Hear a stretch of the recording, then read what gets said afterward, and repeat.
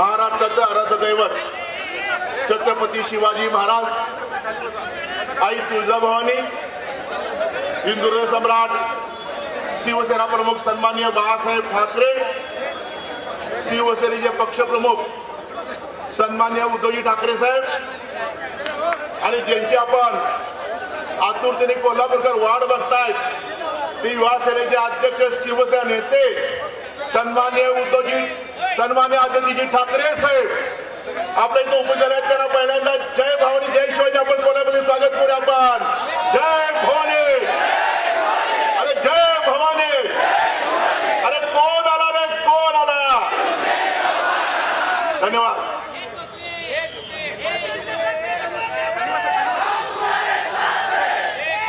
आपल्याला महाराष्ट्रातलं सध्या परिस्थिती राजकारणाची सगळ्यांना माहित आहे. ते घडलं त्यांना लहानाचं मोठं करायचं आणि स्वार्थासाठी सगळं सोडून निघून जायचं. त्यांना वाटलं आपण गेलो का सगळं संपलं, परंतु जे गेलेले आहेत ते फक्त लोकप्रतिनिधी गेले स्वतःच्या स्वार्थासाठी.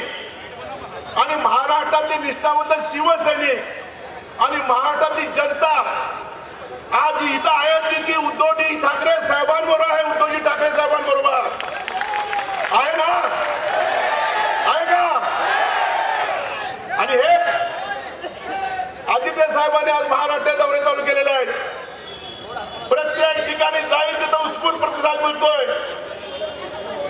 तुम्ही किती फोडायचा प्रयत्न केला तर शिवसेना 56 वर्षापासून जी अखंडता आहे, अनेक संकट आली, अनेक भूकंप झाले, पण जेव्हा भूकंप झाले त्याचा विचार न करता या मातोश्रीचा विचार शिवसैनिकांनी केलाय आणि या महाराष्ट्र जनतेने केला. कारण आज आपण महाराष्ट्रात आणि मुंबईत मराठी माणूस आणि हिंदू माणूस सर्व समाजातली माणसं जर एकवटले सुखानं नांदतात ते फक्त उद्धवजी ठाकरे साहेब, बाळासाहेब ठाकरे आणि आदित्य ठाकरे साहेबांच्या आशीर्वादानं. अरे तुमच्यासारख्या अनेक गेले. शिवसेना भक्कमपणे उभी आहे आणि भक्कमपणेच उभी राहील. तुम्ही कितीही केंद्रीय एजन्सीचा वापर करा, काही आमच्यात फरक पडणार नाहीये. आणि मला अभिमान आहे कोल्हापूरकरांचा आदित्य साहेबांचं भाषण ऐकायला आणि आदित्य साहेबांना तुम्ही प्रचंड गर्दीत उपस्थित राहिलाय. याबद्दल मी तुम्हाला पहिल्यांदा धन्यवाद देतो तुम्हाला. मी कोल्हापूर येणार आहे. कोल्हापूर साहेब रात्रंदिवस आम्ही राबायचं, तुमच्या आदेशाचं पालन करायचं आणि क्षणिक सुखासाठी, स्वार्थासाठी ह्या कोल्हापूरकरांचा आणि शिवसैनिकांचा आणि उद्धव साहेबांचा अपमान करून आपल्या स्वतःने निघून जातात लोक. पाप केले लोकांनी आणि कोल्हापूरकर अशा लोकांना आदित्य साहेब कधीही पाप करणार नाही ही तुम्हाला आज आम्ही कोल्हापूरकर वचन देतो. देणार का? रात्री दिवस करत असतो, आशीर्वाद घ्यायचे. मीडियासाठी स्टेज आहे, बसायला मागायचा व्यवस्थित. जरा फटाके थांबवायचे. रणजित फटाके थांबवा, फटाके. हे पत्रकार बंधूंना सहकार्य का तिथं पत्रकार बंधूंना. जेव्हा आपल्याला महाराष्ट्र शिवसेना पुनर्बांधणीचं काम जोमाने हातात आदित्य साहेबांनी घेतलेलं आहे आणि विनायकराव सर आजूबाई कोल्हापुरात तुम्ही आम्हाला आत्ता आदेश ज्या पद्धतीने आम्ही सगळी राबलेलो आहे आणि लोक पाहिजे तो निकाल आम्ही दिला. भविष्यात सुद्धा महापालिका, जिल्हा परिषद, पंचायत समिती आणि महापालिकेमध्ये, विधानसभा, लोकसभेमध्ये कोल्हापूरकर आणि कोल्हापूरचे सर्व शिवसैनिक तुमच्याशी प्रामाणिकच राहतील याची मी जिल्हा होता म्हटले. 4 तारखे म्हणाले आम्हाला हे सगळं गेलेलं आहे, ते बेंटेच गेलं आणि राहिले ते सोनं आहे. 4 दिवसात ते पण गेले. अशी काय जादू, असं काय लिंबू फिरवलंय हे तुम्हाला कोल्हापूरकर सगळ्यांना माहिती आहे. काय घडलं काय नाही ते तुमच्या आमच्या विकासासाठी गेलेले नाहीत, स्वतःच्या विकासासाठी गेले आहेत. आणि म्हणून भविष्यामध्ये जिथं धनुष्यबाण, जिथं शिवसेना, जिथं उद्धव साहेब आणि आदित्य साहेब असतील त्याच्या पाठीशी आपण कोल्हापूरकर ठाम राहाव्या एवढी मी तुम्हाला नम्र विनंती करतो आणि प्रेरणा घेतो. जय हिंद, जय महाराष्ट्र. त्यानंतर मातोश्रीमध्ये सावलीसारख्या उद्योजींच्या बरोबर उभे राहणारे आणि कोकणामध्ये बुटक्या सुटक्यांना सोडून करणारे खासदार विनायक राऊत साहेब आपल्या समोर बोलणार आहेत. मी त्यांना विनंती करतो. रिसिव्हर काढून बोलू द्या. आज कोल्हापूरकरांच्या या दर्शनासाठी आणि जगदंबेचे आशीर्वाद घेऊन पुनश्च एकदा शिवरायांचा भगवा फडकवण्यासाठी तयार झालेले शिवसेनेचे नेते, युवा सेनेचे अध्यक्ष आदरणीय आदित्यजी ठाकरे या व्यासपीठावर त्यांचं आगमन झालेलं आहे. व्यासपीठावर उपस्थित असलेले सर्व सन्माननीय पदाधिकारी आणि कोल्हापूरच्या मर्द मावळ्यानं तुम्हाला शतशः जय महाराष्ट्र करत असताना मन मनापासून भरून येतं. आदित्य साहेब, कोल्हापूरचा 15 दिवसातला हा दुसरा मेळावा आहे. तोच उत्साह, तोच जल्लोष आणि खऱ्या अर्थाने कोल्हापूरकरांना 3.5 गद्दारांना गाठायचं आहे. 3.5 मगाशी आदित्य साहेब सिंधुदुर्गामधून येत असताना आजऱ्याला आले. तिथे एकाचा पंचनामा केला.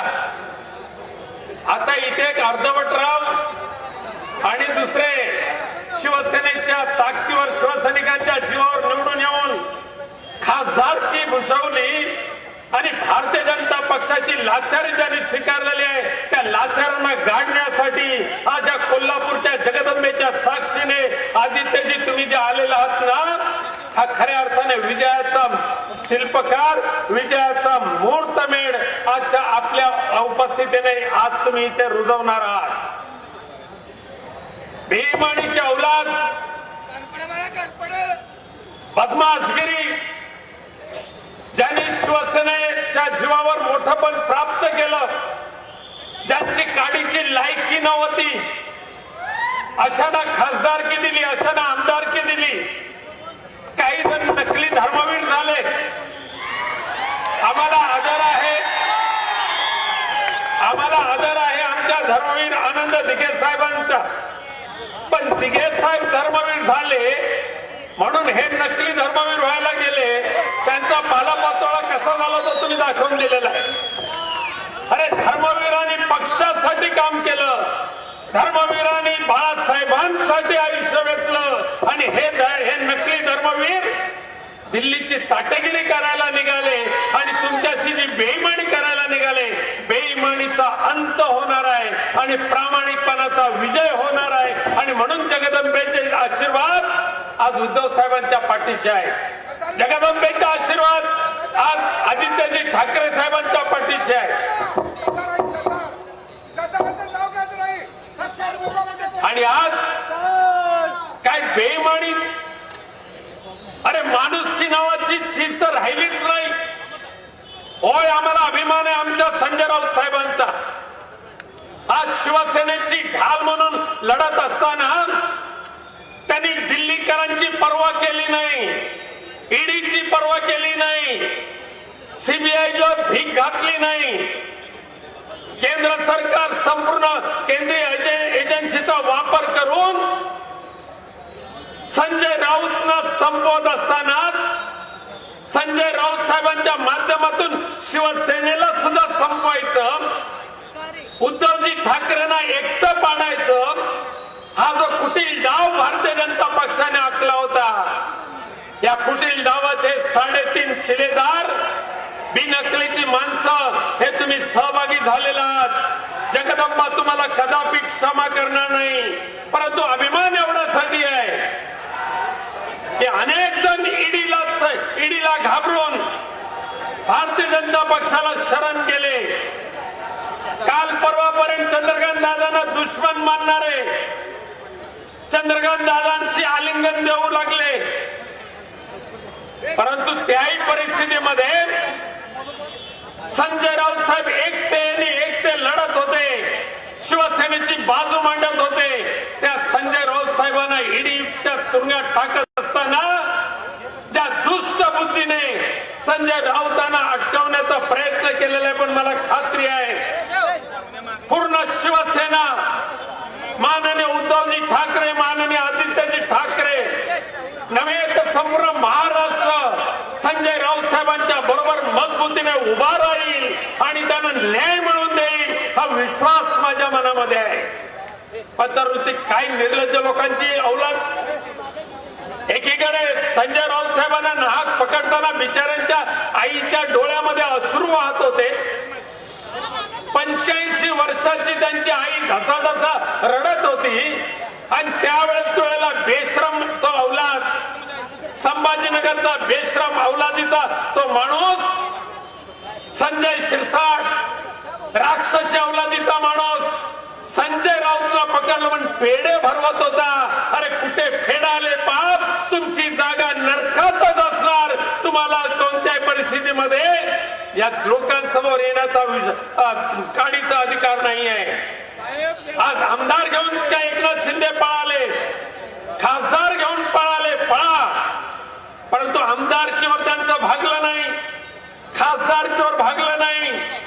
बांधवान आणि भगिनीनो तुम्हाला सांगू इच्छितो की केवळ आणि केवळ आमदार खासदारांवर भूकणं यांची क्षमता केवळ आणि केवळ शिवसेनेला संपवायचं, महाराष्ट्राला संपवायचं, महाराष्ट्रातल्या जनतेला संपवायचं, महाराष्ट्राचे तुकडे तुकडे करायचे आणि आपल्या उद्धवजी ठाकरे साहेबांना एकटे पाडण्याचं स्वप्न हे जर दिल्लीकर पाहत असतील तर स्वप्नाचा तुमचा चुराडा होईल. 14 कोटी महाराष्ट्रातली जनता उद्धवजी ठाकरे साहेबांच्या बरोबर अशा पद्धतीने उभं राहील. येणाऱ्या निवडणुकांमध्ये माती मोल करून सोडायचं या 3.5 शहाण्यांना. लोकांमध्ये तोंड दाखवायला जागा ठेवायची नाही. आदित्यजी आपल्या भाषणामध्ये त्यांना आव्हान तर देणारच आहे, परंतु पुन्हा एकदा एकच सर्वांनी निर्धार करूया. पाऊस येतोय, आदित्य साहेबांचं भाषण ऐकायचं आहे. मी आदित्य साहेबांचं मनापासून कौतुक करतो. आलेलं संकट, बदमाशांनी खुपसलेला बेईमानीचा खंजीर पाठीत खुपसला, उद्धवजींच्या पाठीत खुपसला, तरी सुद्धा आदित्यजी बाळासाहेबांचं वंशज तुम्ही स्वस्त बसलात नाही. बाळासाहेबांच्या शिकवणी तयार झालेले, उद्धवजी ठाकरेंच्या शिकवणी तयार झालेले तुम्ही रणांगणामध्ये उतरलात. आम्ही तुमच्या बरोबर आहोत, लढत राहा आणि या बदमाशांना गाडून टाकूया आणि पुन्हा एकदा भगवा झेंडा शिवसेनेचा, उद्धव साहेबांच्या शिवसेनेचा भगवा झेंडा फडकवूया. जय हिंद, जय महाराष्ट्र. पाऊस येतोय. मी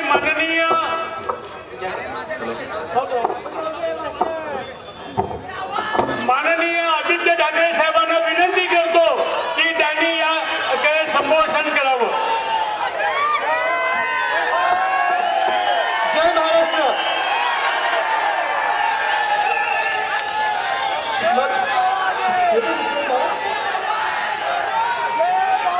आवाज येतो का मागकडे? दिसतोय का? मला थोडं हे अंतर आपलं जास्ती वाटत आहे. जर आपली परवानगी असेल तर मी मध्ये येऊन बोलू इच्छितो आपल्यामध्ये. पण माझी एक विनंती राहील, सगळ्यांनी थोडं सहकार्य करा आणि मला तिथे येऊ द्या. कोणी उठू नका जागेवर, कृपा करून उठू नका. आलो मी. अरे बाबा, सगळं तिथे गेलं तर काय होणार?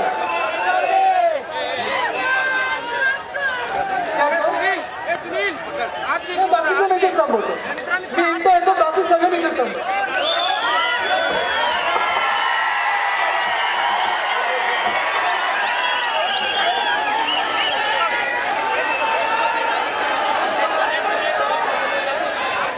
हॅलो.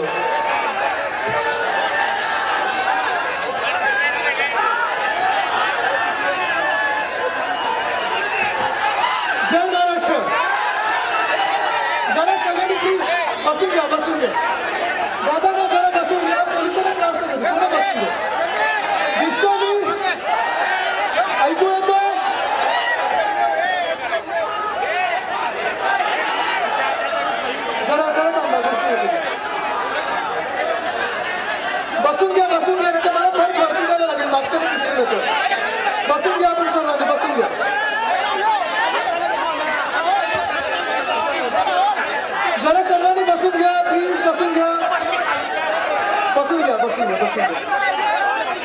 बसून घ्या.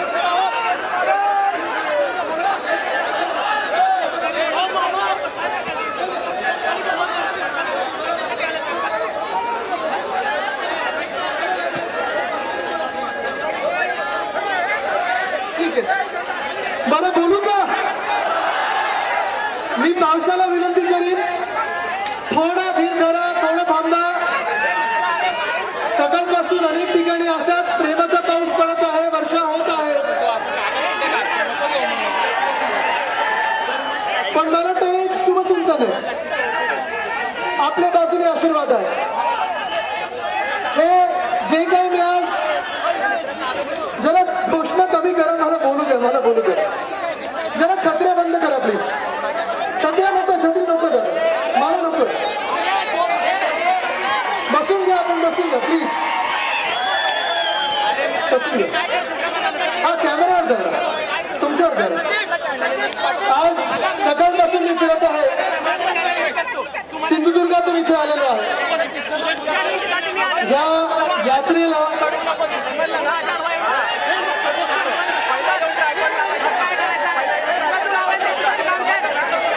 सॉरी प्रेसना मी विनंती करतो, जरा थांबा, सगळ्यांनी थांबा, जरा सगळ्यांनी शांत होऊन ऐकून घ्या, ऐकून घ्या. मला तुमचा उत्साह माहिती आहे, पण जरा ऐकून घ्या. आज सकाळपासून मी फिरत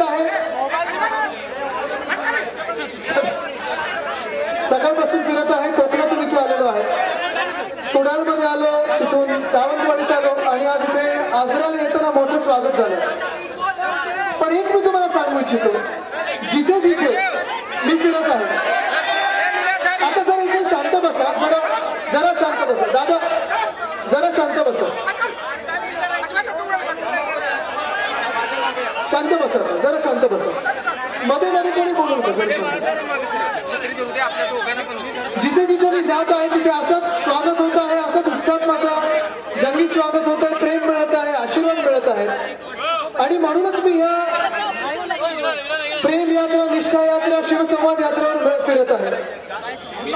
आज इथे जी तरुण मंडळी सगळे आलेले आहेत, तरुण मित्र आहेत, मी तुम्हाला आज एकच प्रश्न विचारायला आलेलो आहे की जे 1 महिना या महाराष्ट्रात घाणेरडं राजकारण सुरू आहे, हे राजकारण तुम्हाला पटणारं आहे का?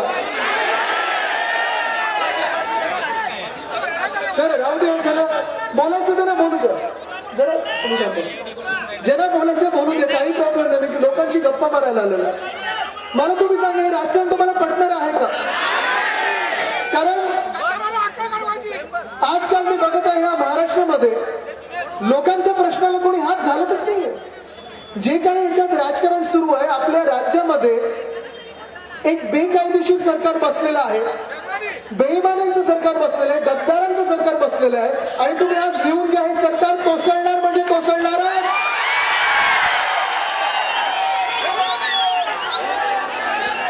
आज मी तुमचे आशीर्वाद घ्यायला आलेलो आहे, कारण हेच जनतेचं प्रेम आहे, हे आशीर्वाद आहेत. गेले 1 महिना मी विचार करत बसलेलो, सगळीकडे फिरत आहे, पण जेव्हा मी घरी एकटा बसतो, गाडीमध्ये प्रवास करत असतो, अनेकदा माझ्या मनात हा विचार असतो की आपलं नेमकं चुकलं तरी काय नक्की आपण ह्या गद्दाराला कमी दिलं की तरी आपल्या पाठीत खंजीर खुपसला.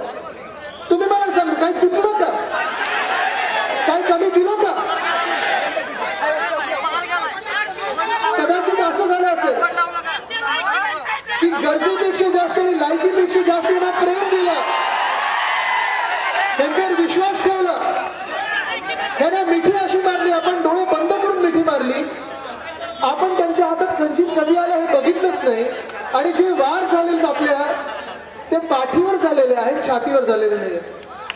मला लाज ह्या गोष्टीची वाटते की ह्या 40 लोकांना आपण आपलं समजत होतो. तुम्ही आम्ही सर्व शिवसैनिक आपण यांना आपलं समजत होतो. निवडणुकीत त्यांना साथ सोबत दिली, निवडणुकीतच काय ना शिवसेनेत राजकीय जन्म आपण करून दिला, राजकीय ओळख यांची आपण करून दिली, सामाजिक ओळख आपण करून दिली, पदं दिली, डोक्यावर आपण बसवलं, प्रचारासाठी फिरलो, दिवस रात्र यांच्यासाठी मेहनत घेतली. ज्या लोकांना आपण खांद्यावर बसवलं त्याच लोकांनी आपल्या पाठीत खंजीर बसवलं. आणि हेच दुःख माझ्या मनात आहे. आज पण मी सगळीकडे फिरत असताना, मी मागच्या आठवड्यातच मराठवाड्यात होतो, संभाजीनगरला गेलो, तिथे संभाजीनगरमध्ये वैजापूर असेल, गंगापूर असेल, सगळीकडे फिरत असताना मला लोक हेच सांगत होती की आदित्य तुमचं एकच गोष्ट चुकली की तुम्ही राजकारण केलं नाही, तुम्ही समाजकारण करत आलात, तुम्ही समाजसेवा करत आलात आणि ते तुमची चूक झाली. आणि ही चूक मी जाहीरपणे मान्य करतो. मी जेव्हा विचारतो आणि विचार करत असतो की काय नेमकं आपलं चुकलं, हेच आपलं चुकलं असेल की कदाचित उद्धव साहेब जेव्हा मुख्यमंत्री होते त्यांनी कामावर जास्ती लक्ष दिलं, त्यांनी लोकांची सेवा करण्यात जास्ती लक्ष दिलं, त्यांनी लोकांना कोविडमधून वाचवण्यात जास्ती लक्ष दिलं, कदाचित त्यांनी महाराष्ट्रात विकास आणि शाश्वत विकास करण्यात जास्ती लक्ष दिलं, महाराष्ट्रात 6.5 लाख कोटीची गुंतवणूक आणण्यावर जास्ती लक्ष दिलं, महाराष्ट्रात रोजगार उपलब्ध करण्यात जास्ती लक्ष दिलं आणि राजकारणावर लक्ष दिलं नाही. कदाचित आमची चूक ही पण झाली असेल की विरोधी पक्षाचे जे आमदार होते, जे खासदार होते, त्यांना आम्ही कधी तडीपाराची नोटीस नाही पाठवल्या, त्यांच्या मागे यंत्रणा नाही लावले, त्यांच्या मागे पोलीस नाही लावले. आपले जे खासदार होते, आपले जे आमदार होते, त्यांच्यावर कधी लक्ष नाही ठेवलं, ही आपली चूक झाली. पण मला सांगा, ही चूक योग्य की अयोग्य? मला तरी वाटतं योग्य, कारण जर आपल्या लोकांवर विश्वास ठेवणं ही चूक असेल तर ती चूक पुन्हा पुन्हा करायला आम्ही तयार आहोत. पण आपण बघता हे जे काही नाट्य चाललेलं आहे, गेल्या 1 महिना विचार करतो मी, हे 40 गद्दार झाले कसे गद्दार, काय नक्की झालं की यांना जावं लागलं तिथे. आणि मग मी विचार करतो 40 आमदार गद्दार आणि जे 12 खासदार गद्दार झाले, ते हेच विचार करत होतो मी. सगळे आपल्या जवळची मंडळी म्हणजे आजूबाजूला, आज पण मी विचार करत होतो कोल्हापूरमध्ये सहसा जर मी मागच्या महिन्यात आलो असतो तर आजूबाजूला उभे राहिले असते, तुम्हाला ढकलून थोडं जवळ उभे राहिले असते, उर्मटपणे थोडं वागले असते. पण मला आनंद ह्या गोष्टीचा आहे की आता जे नेतृत्व पुढे येईल ते नम्र नेतृत्व असेल, लोकांमधलं नेतृत्व असेल. मला इथेच दिसत आहेत अनेक, इथे मला कोल्हापूर म्हणजे भावी खासदार, आमदार, मंत्री इथे समोर दिसत आहेत.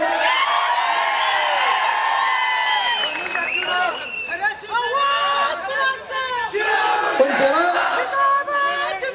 जेव्हा हा विचार येतो माझ्या मनात की आपण चुकलं काय, कदाचित जसं मी सांगितलं की जास्ती त्याला अपचन झालं आणि हाजमोला खायला ते समोर गेलेले आहेत.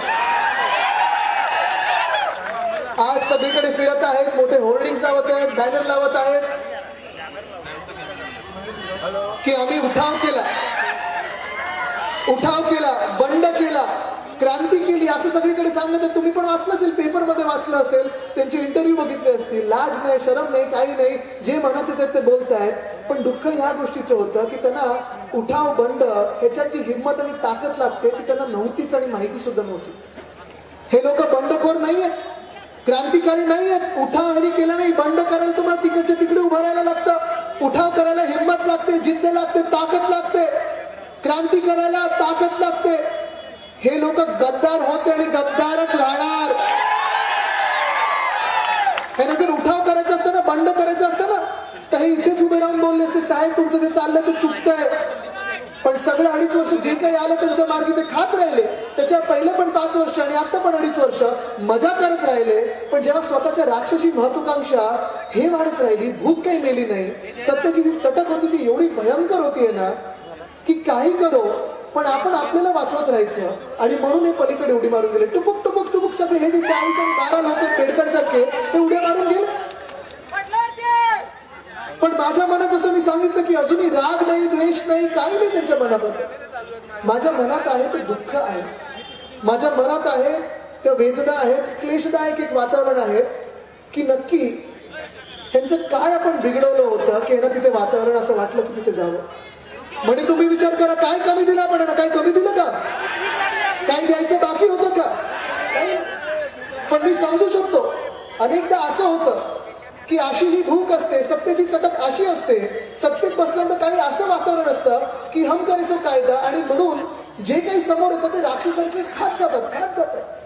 आणि भूक मरत नाही, भूक वाढत जाते, अजून काही मिळतंय, अजून काही मिळतंय. आणि स्वतःला नंतर शेवटी स्वतःला जेव्हा खायला लागतात ना तेव्हा ती भूक त्यांना मारते. आणि आज ते होत आहे. ही गद्दारी त्याचं उदाहरण आहे, ही गद्दारी त्याचं उदाहरण आहे. पण आपण बघा, हे जे गद्दार तिथे 40 गेलेत, मी आज पण तुमच्या जाहीर सभेत सांगतोय, तुमच्या साक्षीने सांगत आहे की माझ्या मनात राग नाही, द्वेष नाही त्यांच्याबद्दल. माझं मन साफ आहे, काही चुकी केली नाही, काही चोरी केली नाहीये, काही गद्दारी केली नाहीये, स्वतःला विकलं नाहीये. म्हणून तुमच्या समोर मी उभा आहे, तुमच्या डोळ्यात डोळे घालून बोलू शकतो.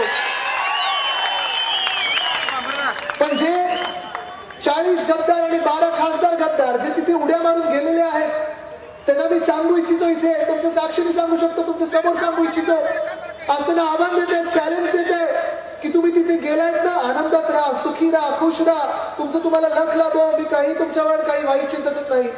माझ्या घरात ते संस्कार आहेत की कुणाबद्दल वाईट विचार करू नाही, जे काय आहे ते सगळ्यांचा भलंच विचार करावा. पण आज मी समजू शकतो तुम्ही तिथे का गेलात. कदाचित तुमच्यावर दडपण असू शकतात, काही आमिष असू शकतात, काही दडपण असू शकतात. मला माहित नाही, तुम्हाला माहिती का दडपण काय असतील? नाही, मला माहिती नाही, तुम्हाला माहिती असते. पण आज मी तुमच्या समोर सांगतो ना, जाऊ दे, बेडकांचा अपमान करू नका. आज मी तुमच्या समोर सांगतो ना,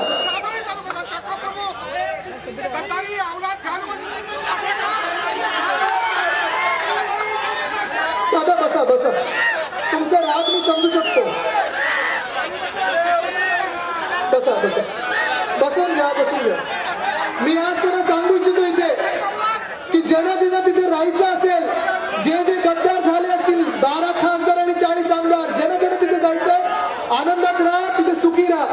पण जर थोडी लाज उरली असेल, जर थोडी हिंमत तुमच्यात असेल, जर खरा तुम्ही लोकप्रतिनिधी म्हणून सगळीकडे फिरू इच्छितात, आमदारकीचा राजीनामा द्या, खासदारकीचा राजीनामा द्या आणि निवडणुकीला सामोरे या. चला, राजीनामा द्या आणि निवडणुकीला सामोरे या. होऊन जाऊ दे एकदाच या महाराष्ट्रात कोण सत्तेच्या बाजूने, कोण सत्तेच्या बाजूने आहे. आपल्या देशात, आपल्या हिंदुस्थानमध्ये आपण सत्यमेव जयतेला महत्व देतो, सत्तामेव जयतेला नाही. हे गद्दारांचं सरकार आहे, मी परत परत सांगतोय. बेईमानाचं सरकार आहे, बेकायदेशीर सरकार आहे, घटना बाह्य सरकार आहे. हे कोसळणार म्हणजे कोसळणारच. पण ज्यांना ज्यांना तिथे राहायचं असेल, जसं मी सांगितलं, चला निवडणुकीला सामोरे या. जनता ठरवेल, जनता जी काही असेल तयार आहात ना तुम्ही. आणि या लोकशाही शस्त्र आपलं एक मत असतं. दुसरी बाजू ही पण आहे, कारण ह्या गद्दारांमध्ये 2 गट आहेत. एका बाजूला जे स्वतः पळून गेले, त्यांची भूक असेल, राक्षसी महत्वाकांक्षा असेल, काही दडपण असतील, हे मी समजू शकतो. पण दुसरा गट असा पण आहे ज्यांना फसवून तिथे नेलेलं आहे, ज्यांना पळवून तिथे नेलेलं आहे, ज्यांना अजून काही आमिष दाखवून तिथे नेलंय. त्यांना अजूनही सांगतो मी, जर तुम्हाला वाटत असेल की उद्धव साहेबांच्या पाठीत खंजीर खुपसण्यात चूक होती, शिवसेनेच्या पाठीत खंजीर खुपसण्यात चूक होती, शिवसैनिकांची बेईमानी करणं हे चूक आहे, हे जर तुम्हाला वाटत असेल तर या परत या, तुमच्यासाठी दरवाजे खुले आहेत, मातोश्रीचे दरवाजे खुले आहेत. आज तुमचं जे प्रेम बघत आहे मी, एक विश्वास बसत आहे माझ्या मनात की शिवसेनेसोबत ही जनता उभी आहे, कारण शिवसेनेने कधी कोणाचं वाईट केलेलं नाहीये. गेले 2.5 वर्ष आपण बघा, जसं उद्धव साहेबांनी काम केले, मुख्यमंत्री म्हणून काम केलंय, एक कुटुंब प्रमुख म्हणून काम केलंय. कोविडच्या दिवसातलं तुम्हाला तर वातावरण आठवत असेल. प्रत्येकाच्या घरोघरी जाऊन फेसबुक लाईव्हच्या माध्यमातून प्रत्येक आठवड्यात प्रत्येकाला वाटायचं की हे मुख्यमंत्री हे माझे कुटुंब प्रमुख आहेत. हा माणूस विश्वासू माणूस आहे, हा माणूस प्रामाणिक माणूस आहे, हा माणूस चांगला माणूस आहे. कधी कोणाला वाटलं नाही की हा माणूस काही महाराष्ट्राचं चूक करू शकेल किंवा काही अजून वेगळं घडवू शकेल.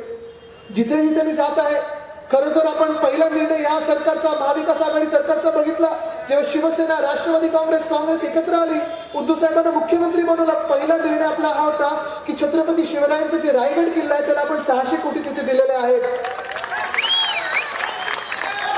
शेवटचा निर्णय हा होता की औरंगाबादचं नाव आपण संभाजीनगर केलेलं आहे. पण हे सगळं होत असताना मी अभिमानाने सांगू शकतो की कुठेही जाती दंगली घडल्या नाहीत, कुठेही धर्माधर्मामध्ये वाद निर्माण झाले नाहीत, कुठेही भाषांमध्ये वाद निर्माण नाही झाले, जातीपातीमध्ये वाद निर्माण नाही झाले. सगळ्यांना एकत्र घेऊन चालणारा आपला माणूस, आपला मुख्यमंत्री होता, तो म्हणजे उद्धव साहेब ठाकरे. पण कदाचित त्यांच्या हेच पोटात दुखत असेल, या गद्दारांच्या हेच पोटात दुखत असेल की उद्धव साहेब जर पुढे आले तर आपलं काय, महाराष्ट्राचा एकजूट झाला, महाराष्ट्राची जर ताकद वाढली, महाराष्ट्रात विकास झाला तर आपलं काय, महाराष्ट्र एकत्र येऊन पुढे यायला लागला तर आपलं काय, महाराष्ट्रातले वाद जर मिटून गेले तर आपलं काय होणार. कारण आत्ताचं बघा, जे काही सत्ताचं राजकारण चालू आहे, एवढं निर्लज्जपणे चालू आहे की सगळीकडे तुम्ही बघताय वाद निर्माण कसे होऊ शकतात, हेच विचार सुरू आहे त्यांच्या मनामध्ये. काल परवाकडे जे राज्यपाल महोदय बोललेले आहेत तुम्ही बघितलं असेल, किती लोकांनी बघितलं, तुम्ही सगळ्यांनी बघितलेलं आहे. त्याच्या आधीचं वाक्य किती लोकांनी बघितलं. छत्रपती शिवरायांबद्दल जे बोलले ते किती लोकांनी बघितलं? सावित्रीबाई फुलेंबद्दल बोलले किती लोकांनी बघितलं? सगळ्यांनी बघितलं. पण परवाचे जे बोललेले आहेत ते एवढं घातक आहे, तुम्ही विचार करा. थोडं येस पिंचेकर साहेब, या नमस्कार, जय महाराष्ट्र. परवा जे बोललेले आहेत ते एवढं घातक आहे, तुम्ही लक्षात घ्या. प्रत्येक माणसाला इथे आणि प्रत्येक महिलेला मी सांगत आहे, मी लहानपणीपासून राजभवनावर जात आलेलो आहे. माझ्या आजोबांसोबत, माझ्या वडिलांसोबत, अगदी वाजपेयी साहेबांना तिथे भेटलेलो आहे, अनेक प्रधानमंत्र्यांना भेटलेलो आहे. डॉक्टर PC अलेक्झांडर पासून आत्ताचे विद्यासागर राव साहेबांपर्यंत सगळ्या गव्हर्नरना भेटलेलो आहे. शंकर नारायण साहेब असतील, सगळे असतील. पण कधीही मी एवढा राजकीय राज्यपाल बघितलेला नाही. हे जे चाललंय आपल्या राज्यामध्ये, परवाकडे काय बोलले मुंबईमध्ये आणि ठाण्यामध्ये, म्हणजे खास करून जिथे निवडणुका येऊ घातलेल्या आहेत तिथे मराठी माणसाला बाजूला करायचं, हिंदूंमध्ये फूट पाडायची, जी नागरिकांची एकजूट झालेली आहे त्याच्यात वाद निर्माण करायचे, शिवसेनेला बाजूला पाडायचं आणि स्वतःचं मताचं राजकारण करून घ्यायचं. हे मी कदापि हा महाराष्ट्र कधी आधी बघितलं नव्हतं आणि मला वाटतं हा महाराष्ट्र कदापि हे सहन करणार नाही. पण हे जे राजकारण सुरू आहे हे एवढं दुःखदायक राजकारण आहे, एवढं पातळी सोडून राजकारण सुरू आहे. आपण बघा, जो महाराष्ट्राचा आवाज बुलंद करण्याचा प्रयत्न करताय, जो आपल्या इकडच्या भूमिपुत्रांचा आवाज बुलंद करण्याचा प्रयत्न करताय, आपला स्वाभिमान बुलंद करण्याचा प्रयत्न करताय, त्याचा आवाज आज दाबला जात आहे. आज विचार करण्याची वेळ आलेली की आपल्या देशात लोकशाही उरलेली आहे की नाही, आणि त्या लोकशाहीची ताकद म्हणजे तुम्ही सर्व आहात. तुम्ही मला सांगा, तुम्ही लोकशाहीच्या बाजूने उभे राहणार की सत्तेच्या बाजूने उभे राहणार? कारण हा विचार करायची तर वेळ आलेली आहे. हे जे काही मी सांगत नाही, हे जे गद्दार आहे, हे जे काही राजकारण चाललेलं आहे, तुम्ही आता बघा, आपल्या राज्याचे जम्बो कॅबिनेट बसले ते 2 लोकांचं बसलं, मोठं कॅबिनेट आहे. बरं, त्याच्यात पण मुख्यमंत्री कोण आणि खरा मुख्यमंत्री कोण हे कोणालाच माहिती नाही. मला वाटतं तुमच्याकडचे नेते बोललेले आहेत की मनावर दगड ठेवून कोणातरी मुख्यमंत्री बनवलेला आहे. जाऊ दे, आपण वेगळं काही बोलायचं नाही, पण मला हेच विचारायचं आहे की हे सरकार कुठेही राजकारण सोडून काही काम करू इच्छित नाही. आज मी बघत आहे अख्ख्या महाराष्ट्रामध्ये कुठे अतिवृष्टी होत आहे, कुठे पाऊस जास्ती पडत आहे, कुठे पूर आलेला आहे, विदर्भात असेल, मराठवाड्यात मी बघत आहे शेतकऱ्यांची भयानक परिस्थिती आहे. हे सगळं सुरू आहे. पण हे सगळं जरी सुरू असलं तरी हे मंत्रिमंडळ 2 लोकांचं काय काम करत आहे? आपल्याकडे कोण फुटून येते, दिल्लीला 6 वेळा जाऊन आले, 7 वेळा जाऊन आले, तिसरा माणूस मंत्रिमंडळात मिळालेला नाहीये ना. तरी पण राजकारण हे किती करायचं, ह्याला अंत आहे की नाही? पक्ष किती फोडत बसायचे, ह्याला अंत आहे की नाही? राजकारणाची पातळी किती सोडायची, ह्याला अंत आहे की नाही? खोटं किती बोलायचं, ह्याला अंत आहे की नाही? हा प्रश्न आज माझ्या मनामध्ये आलेला आहे. जे मी सांगत आहे सतत, की जे वातावरण आहे सतत माझ्या मनामध्ये खूप विचार अनेक येत असतात. आणि मला या 10 वर्ष राजकारणात मी सक्रिय आहे, 10 की 12 वर्ष होत आले. आता 2022 मी साधारण 2019, 2009, 2010च्या आसपास राजकारणात आलो. आणि तेव्हा जेव्हा मी राजकारणात येत असताना मला अनेक लोकांनी सांगितलं की आदित्य, तू राजकारणात कशाला येतो? तू 20 वर्षाचा आहेस, तू राजकारणात काय येतोयस? तुला का बरं काय चुकतं राजकारण घेऊन? त्यांनी मला सांगितलं की आदित्य, राजकारणात चांगल्या लोकांना स्थान नसतं, तुम्ही येऊ नका. हे मला अनेक लोकांनी सांगितलेलं. आणि जे हे नाट्य घडत आहे ना, हे जे काही पूर्ण नाट्य मी बघत आहे, तुम्ही पण बघता, ही पॉलिटिकल सर्कस जी चाललेली आहे, राजकीय सर्कस जी आपल्या समोर सुरू आहे, हे नाट्य एवढंच सिद्ध करायला आहे की उद्धव साहेबांसारख्या चांगल्या माणसासाठी आपल्या राजकारणात स्थान नाही. हे मला दुःख देतं की ज्या मुख्यमंत्र्यांनी प्रत्येकाच्या घरोघरी पोहोचून कोविडमध्ये आपल्या सर्वांना वाचवलं, ज्या मुख्यमंत्र्यांनी महाराष्ट्राचा शाश्वत विकास केला, ज्या मुख्यमंत्र्यांनी ज्या पशुपक्षी प्राण्यांना, झाडांना, जंगलाला आवाज नसतो त्यांचा देखील आवाज ऐकला, ज्या मुख्यमंत्र्यांनी प्रत्येक समाजाला न्याय दिला, कुठेही वाद होऊ दिला नाही, उद्योग आणले, हे सगळं करत असताना चांगल्या माणसाच्या पाठीत यांनी खंजीर खुपसलेला आहे. कोणाचं काय बिघडवलेलं उद्धव साहेबांनी? कोणाच्या फायलीमध्ये हस्तक्षेप केलेला, कोणाची फाईल अडवून ठेवलेली, कोणाचं काम रोखून ठेवलेलं, प्रत्येकाचं ह्या महाराष्ट्रात काम होत होतं. जर कोणी बोलत असेल की फंड दिला नाही, माझ्याकडे यादी आहे, माझेच पर्यटन खात्यातून मी किती लोकांना फंड दिलेले, ते रंकाळा तलावासाठी असेल, अनेक मंदिरांसाठी असेल, अनेक गोष्टींसाठी मी फंड दिलेला आहे.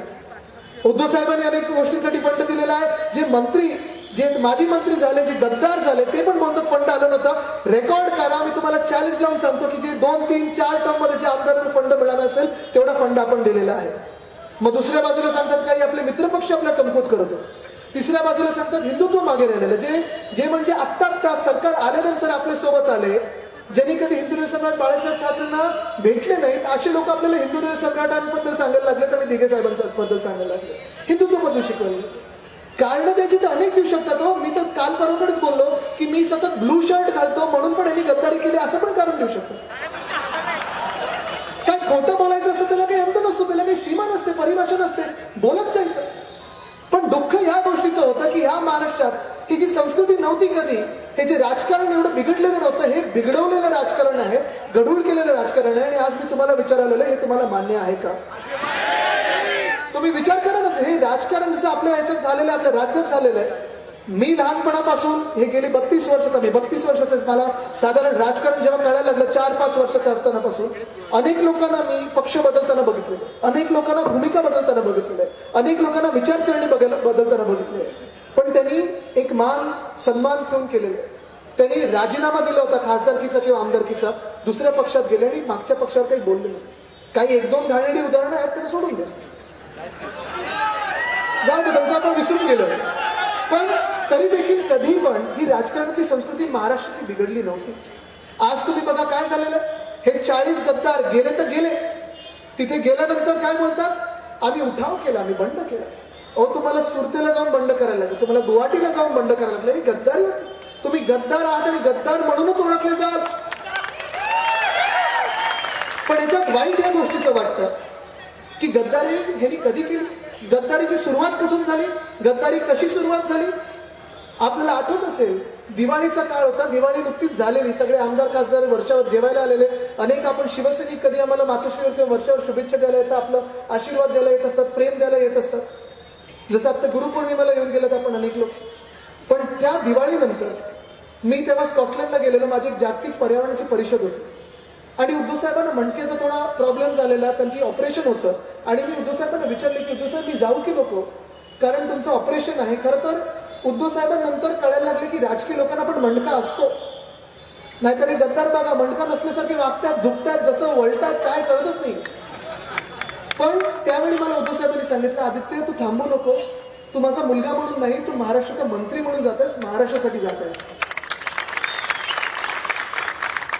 मला आठवतो तो अजूनही दिवस, मी दिवसभर काम केलं, रात्रभर जाग होतो, कारण इथे सकाळी पहाटे ऑपरेशन होतं. पहिलं ऑपरेशन झालं, दुसऱ्या की तिसऱ्या दिवशी तिथून निघत असतानाच मला कळलं उद्धव साहेबांचं दुसरं ऑपरेशन झालं. आणि आपल्याला ज्यांचं ऑपरेशन झालं असेल आपल्याला माहिती आहे की ऑपरेशन थिएटर किती एक दडपण आणत असतं आपल्यावर, एक भयानक जात असते. भयानक म्हणजे तिथे अर्थात आपण बरे होऊन येतो, पण ते सगळं वेगळ्या गोष्टी असतात. आपण खरं तर दाताच्या डॉक्टरकडे पण जायला घाबरत असतो, इंजेक्शन देणार की नाही, ड्रिल मारणार की नाही, बरोबर. आणि उद्धव साहेबांच्या त्या आठवड्यात 1 नाही 2 ऑपरेशन झाले. दुसरं ऑपरेशन हे इमर्जन्सी ऑपरेशन होतं. तो काळ मला माहिती आहे, कारण मी मुलगा म्हणून जवळून बघितलेलं आहे. वडिलांचं मी दुःख बघितलं, दुखणं बघितलेलं, वेदना बघितलेल्या आहेत. एक शिवसैनिक म्हणून बघितलेलं आहे, मंत्री म्हणून बघितलेलं आहे, आमदार म्हणून बघितलेलं आहे. ज्या मिनिटाला मी परत आलो तेव्हा दुसरं ऑपरेशन झालं होतं आणि उद्धव साहेबांची हालचाल जणू काही जास्ती होतच नव्हती. ते बेडमधूनच सगळं काही त्यांचं कार्य चालू होतं, त्यांचं काम चालू होतं. अॅनेस्थेशियाच्या ह्याच्यातून बाहेर येत नाहीत, गुंगीतून बाहेर येत नाहीत त्या ऑपरेशनच्या. त्यांनी पहिला प्रश्न विचारला, मी महाराष्ट्रात फिरू शकेन की नाही, माझ्या लोकांमध्ये जाऊ शकणार की नाही. पण हे सगळं होत असताना मला आठवतं तो नोव्हेंबर-डिसेंबरचा काळ होता, कोविडचे आकडे वाढत होते. आणि असेच कोविडचे आकडे वाढत असताना त्यांनी त्या आठवड्यात देखील व्हॉट्सअपवर त्यांच्या हॉस्पिटलच्या बेडमधून जास्ती हलत नसताना आम्ही फोन पकडून बाजूला उभं राहायचो. ते SP असतील, कमिशनर असतील, म्युन्सिपल कमिशनर असतील, आपले आमदार असतील, आपले मंत्री असतील, कोण महापौर असेल, कोण नगरसेवक असेल, ते फोनवर किंवा व्हॉट्सअपवर त्यांच्याशी संपर्क साधायचे आणि विचारायचे किती काय कोविडचा आकडा कसा वाढलाय, कसं आपण लोकांना वाचवलं पाहिजे. डॉक्टरशी सतत बोलत असायचे. चर्चा त्यांची महाराष्ट्राच्या जनतेबद्दल असायची. मी खोटं बोलत नाही, खोटं बोलायचं कारण नाही, कारण मी हे बघितलेलं. पण हे सगळं एका बाजूला होत असताना मंत्रिमंडळाची बैठक देखील त्यांनी त्याच हॉस्पिटलच्या बेडमधून घेतली, VCवर घेत होते. आणि हे सगळं एका बाजूला मी त्यांचं दुखणं बघत असताना, त्यांची जी काही परिस्थिती होती ती बघत असताना, दुसऱ्या बाजूला हे निर्लज्ज गद्दारांचे नेते काय करत होते, आमदार गोळा करत होते की माझ्यासोबत कोण येते, माझ्यासोबत कोण येते, कुठचा आमदार येतोय, कुठचा खासदार येतोय, कोण फुटतंय, कितीला फुटतोय, कितीला विकला जातोय, मी स्वतःला कितीला विकू शकेन. हे सगळं यांचं कारस्थान दुसऱ्या बाजूला चालू होतं. ही जी गद्दारी झालेली आहे ही तुम्हाला पटणारी आहे, ही जी बेईमानी झालेली तुम्हाला पटणारी आहे. कारण ही गद्दारी, ही बेईमानी ही फक्त काही उद्धव साहेबांच्या पाठीत खंजीर खुपसण्याची नव्हती. शिवसेनेशी नुसतं बेईमानी झालेली नाहीये, ही बेईमानी, ही गद्दारी, ही माणुसकीशी झालेली आहे. म्हणजे आपल्या राज्यात राजकारणात माणुसकी सारखं काही गोष्ट आहे की नाही हा आता मला विचार पडायला लागलेला आहे. कारण खरं तर ज्या माणसाला बरं नसतं, जो आजारी असतो, ऑपरेशन मधून बाहेर पडलेला असतो, ज्याला जास्ती हलता येत नाही, आणि तो कोण माणूस? तुम्हाला राजकीय तुमचा जन्म देणारा, सामाजिक ओळख देणारा, तिकीट देणारा, मंत्रीपद देणारा आणि अशी खाती देणारा ज्यांनी कधी मुख्यमंत्र्यांनी 40-40 वर्ष खातं सोडलं नाही असं खातं देणारा, जेव्हा तो माणूस ज्याला बरं नसतं त्या माणसाला जेव्हा तुम्ही अशा परिस्थितीत बघता, तुमचं खरं कर्तव्य काय? तुम्ही महाराष्ट्रात फिरायला पाहिजे होतं, त्यांच्या वतीने फिरायला पाहिजे होतं, तुम्ही तिथे येऊन सांगायला पाहिजे होतं, उद्धव साहेब आम्ही तुमच्या सोबत आहोत, तुम्ही घाबरू नका, शिवसेना आम्ही बांधू, महाविकास आघाडी सरकार आम्ही सांभाळू, लोकांची काळजी आम्ही घेऊ, तुम्ही आराम करा, हे सांगायला पाहिजे होतं. पण ह्या निर्लज्ज गद्दारांनी पक्ष फोडायचं काम केलं आणि त्याचं मला आज दुःख होत आहे. त्याचं मला दुःख होतं. राग नाही माझ्या मनात, राग कशाला यायला पाहिजे, राग तर नाहीच आहे. पण ह्याच वेदना आहेत की परत बघा, तुम्ही पक्ष बरोबर फोडला कधी? 19-20 जूनला, म्हणजे आपल्या पक्षाचा वर्धापन दिन झाला, त्यानंतर बरोबर 20 जूनला मतदान झालं आणि 20 जूनला त्यानंतर हे सगळे पळायला लागले. पण पक्ष फोडायला कधी सुरुवात केली यांनी? जेव्हा उद्धव साहेबांना कोविड झाला, म्हणजे तुम्ही विचार करा, ज्या माणसांनी आपल्याला सगळ्यांना वाचवलं कोविडमधून, त्याच माणसाला जेव्हा कोविड होतो तेव्हा यांनी पक्ष फोडवायला सुरू केले. मान्य आहे तुम्हाला? आणि म्हणून अजूनही मला पटत नाहीये की ही गद्दारी अशी होऊ कशी शकते. कारण ठीक आहे, तुम्हाला बेईमानी करायची होती, तुम्हाला पलीकडे जायचं होतं, तुमच्यावर दडपण असतील, समजू शकतो, पण तुम्ही माणुसकीशी गद्दारी कशी करू शकता?